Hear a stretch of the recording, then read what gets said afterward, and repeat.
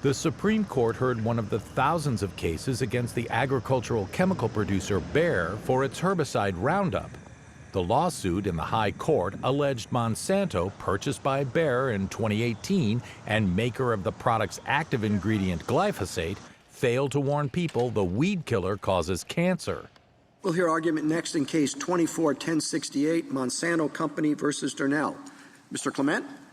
Mr. Chief Justice, and may it please the Court, Respondent's label-based failure to warn claim is preempted twice over. Congress plainly wanted uniformity when it came to the safety warnings on a pesticide's label. Ignoring Congress's clear direction here would open the door for crippling liability and undermine the interest of farmers who depend on federally registered pesticides for their livelihood. I welcome the Court's questions. The case, Monsanto v. Durnell, came before the justices after a tidal wave of litigation, and the outcome may determine the fate of the stack of existing lawsuits. Jury awards for some state-level cases have included multi-billion-dollar verdicts.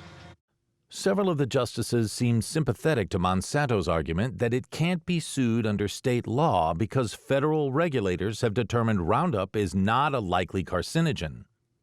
Other judges on the panel questioned attorneys on both sides about whether those regulations stop state officials from responding to changing research. There is fierce debate about whether Roundup causes cancer. The World Health Organization classified glyphosate, Roundup's key ingredient, as probably carcinogenic. However, the U.S. Environmental Protection Agency has determined that glyphosate is not likely to cause cancer in humans when used as directed.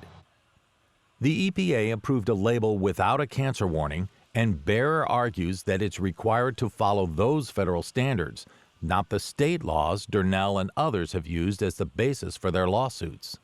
Durnell's lawyer argued under state law there was no legal reason a federal law would stop Bayer from putting a warning about cancer risk on its label. You unanimously held in Bates that a pesticide can be registered and nevertheless misbranded, even if it uses the label that EPA approved at registration. Yet Monsanto now asks you for the opposite holding, that Roundup cannot be misbranded as a matter of law because EPA found for the first time 50 years ago as a matter of fact that it is safe based on information Monsanto submitted. Bayer disputes the cancer claims but has set aside $16 billion to settle cases, as well as proposing a major settlement earlier this year.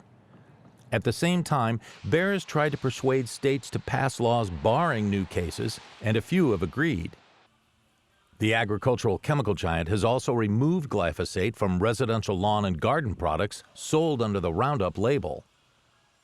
The American Farm Bureau Federation said in court documents removing Roundup from the market would have an immediate, devastating risk to America's food supply at a time when the industry is already under pressure.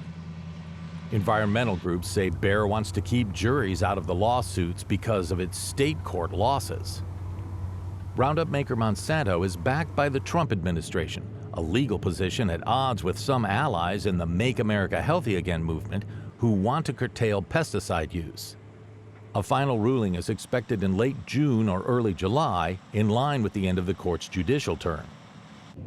For Market to Market, I'm David Miller.